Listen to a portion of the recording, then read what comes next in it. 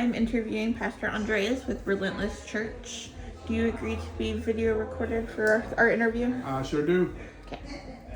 So I'm going to ask you 6 questions and just answer as honestly as possible. Okay.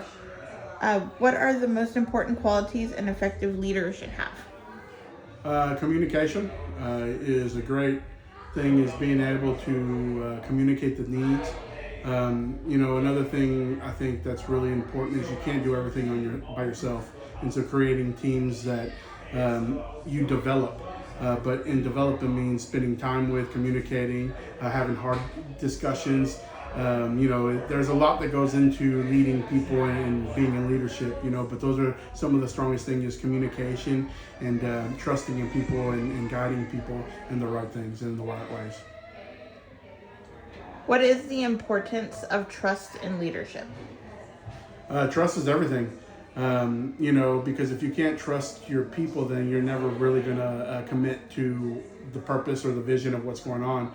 Because if a leader doesn't have vision or doesn't have purpose, you can't lead someone where they don't have follow and buy-in, and so buy-in is super important in leadership, and that's a quality of trust and showing yourself that you're trustworthy in the things that you say. Who has had the most influence on how you lead and why? Ooh, that's a good question. Well, more than anything, Jesus, but as a person, it would probably be a pastor named Pastor Glover. He taught me how to lead in difficult situations, how we just keep on going even though it gets difficult. And so he was definitely a person who taught me how to lead. Okay. How do you give back to the community? There's a lot of different ways. As a pastor, we do events. We do, this last week we had an event at a church where we had hamburgers and hot dogs for the community, and we do things, outreaches. But personally, how I give back is I'm there for people. I listen. I think that's a quality where a lot of people miss over, as simple as just listening to people, spending time with people, not just passing by in the moment and the busyness, but actually listening to people when they talk. And here's the thing, some people don't have to speak. You can see it in their actions and the way they're walking, that something's going on. So listening's a key thing. How do you build trust and relationships with those you serve? Spending time with them.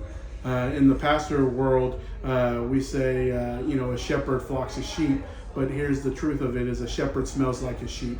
There's a lot of people who don't smell like the people they're around, and the only way you get that scent on you is being around them and doing life together. And so that's a vital part in leadership, is being there with your people and living life with them, not being on a pedestal or doing something different, but it's being around them in all seasons and all situations. And lastly, how do you balance the needs of individuals with the goals of the church? That's a hard one.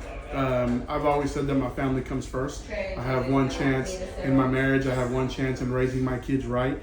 And so spending time with my family is very important. And so juggling the two is difficult sometimes. But what I have to remember is my family comes first, above all things. And so sometimes I miss things. My wife misses things. Why? Because my kids have games and they have situations, because that's important to us, is raising our kids in the right way. Thank you for your time and doing the interview with me.